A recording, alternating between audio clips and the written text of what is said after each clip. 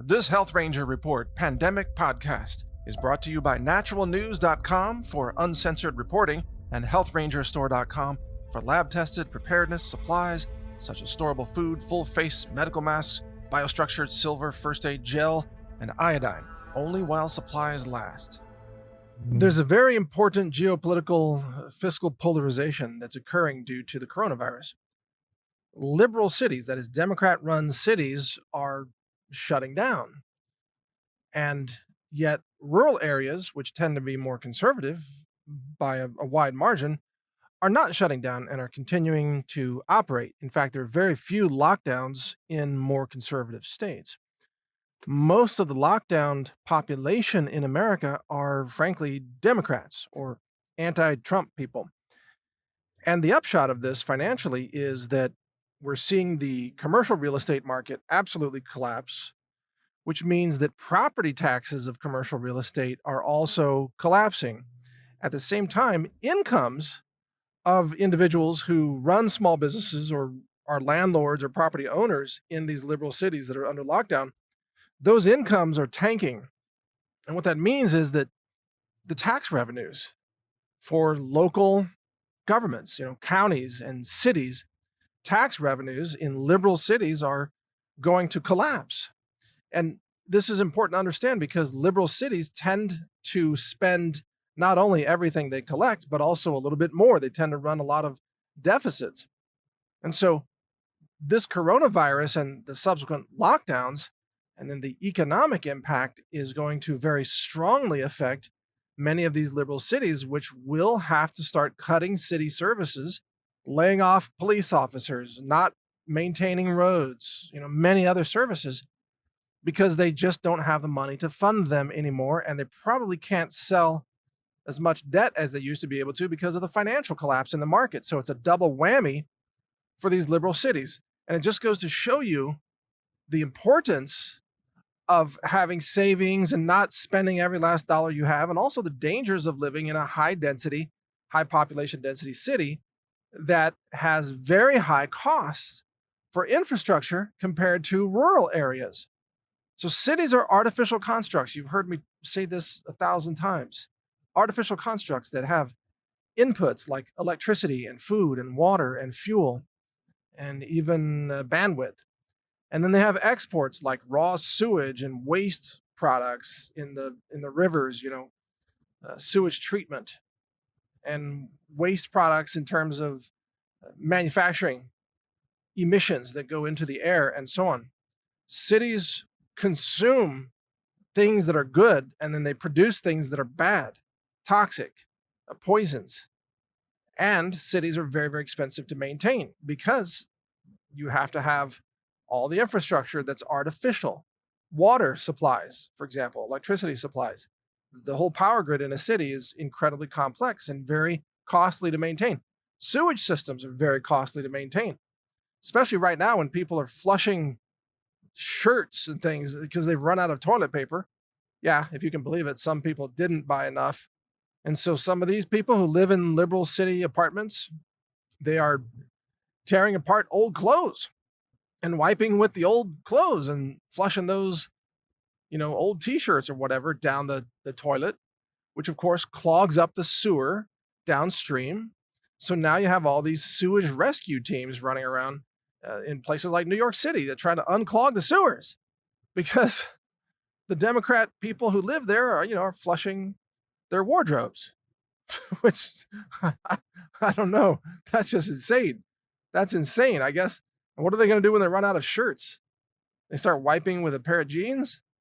They're going to start flushing their jeans down the drain? I mean, what's next? The drapes? Oh, hey, honey, what happened to the drapes? Well, we tore it into little squares and we flushed it. Yeah. So, it's just totally insane. But the point is that these cities, all jokes aside, these cities are going to be dealing with a massive drop in revenues, which begs the question, how exactly are the Democrat-run cities going to fund their operations from here forward? And I think this is a major milestone, a tipping point, where we're going to see more and more bankruptcies of these cities like Detroit, for example, or Chicago and Maybe New York City, which already has a tremendous debt problem. New Jersey is in trouble. Illinois, of course, is in financial trouble. California is in trouble. Oregon is in a little bit less trouble. But a lot of these Democrat-run cities are, I don't know how they're going to function after this when they have all these losses of revenues. It's not just property tax revenues, it's also sales revenues. A lot of these cities have a city sales tax or a county-wide sales tax. And these sales taxes are collapsing, from restaurants and hotels and all these, the service economy is basically collapsing. So it means the revenues are collapsing. Now, right now, America is mostly focused on the people dying from coronavirus and the spread of the disease and so on. But within another 1 to 2 months, you're going to start seeing conversations shifting into, hey, how do we fund these cities anymore? And by the way, you can't just ask for more government bailouts because the government already did, $6 trillion worth of bailouts to all the wealthy corporations and banks and airlines and everything else imaginable. What?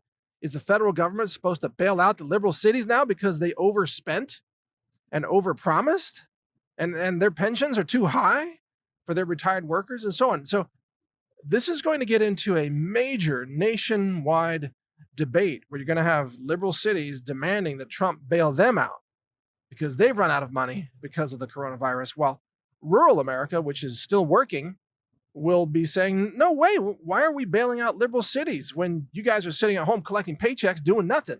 You're sitting on your ass playing Xbox, getting paid. We're out here in the oil fields in Texas still working. They're still growing food, the farmers, the truckers, the people who really make America run, the firefighters, the police officers, the doctors and nurses too.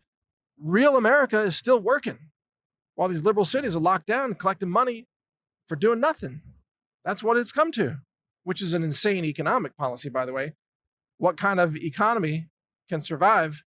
It's paying people to not work. It's not survivable. You cannot do that for very long. But that's where we are in America today. So keep your eyes on this situation. It's going to get crazy. It's going to get totally bonkers here pretty soon about the lack of revenue. And everybody's broke. And everybody wants a bailout, but there's not enough bailout money to cover everybody and everything in every city and every job and every industry. Not enough bailout money, because then who bails out the bailout people? Who bails out the Federal Reserve? I guess you can print unlimited dollars, but eventually the dollars run out of value because then you're bailing out with worthless fiat currency. And that's not really a bailout, is it? That's just theater. Think about all this. This is Mike Adams here for pandemic.news, recorded March 30th, Monday. If you want to stay alive and stay informed, read pandemic.news. Thank you for listening. When it comes to prepping, you not only need good products that can help keep you alive, awake, aware, and nourished during difficult times, you also need products you can trust. At the Health Ranger store, we do extensive laboratory testing using an in-house lab that's ISO accredited. It's inspected, it's audited. It's a 2-year process to even get that accreditation. We use multiple mass spec instruments, state-of-the-art science. I'm a published science author as well and a patent holder on several technologies, some of which we use variations of in our lab. The purpose of this lab is to help you make sure you get clean foods, superfoods, storable foods for emergency preparedness and survival use. We have a certified organic lab-tested, what's called Ranger Bucket collection of storable foods with some survival gear in the buckets to help you even boil water and cook those foods and so on. It's a fantastic product. We can barely keep it in stock even during normal times. In a crisis, we'll be wiped out of this product because it actually takes us a lot of time to make those products. But if they're in stock, you can get them now at healthrangerstore.com/prepwithmike.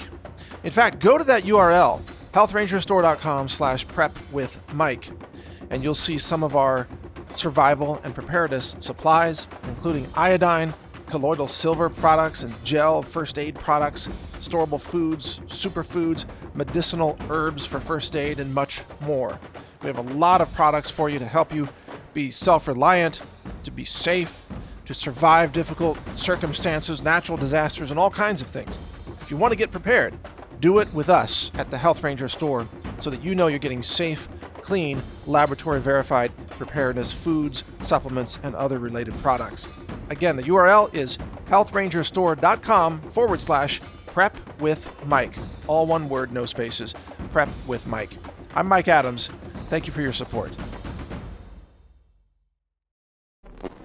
Thank you for watching. If you want to support our mission, visit us at healthrangerstore.com for the world's largest selection of lab-verified superfood and nutritional products for healthy living.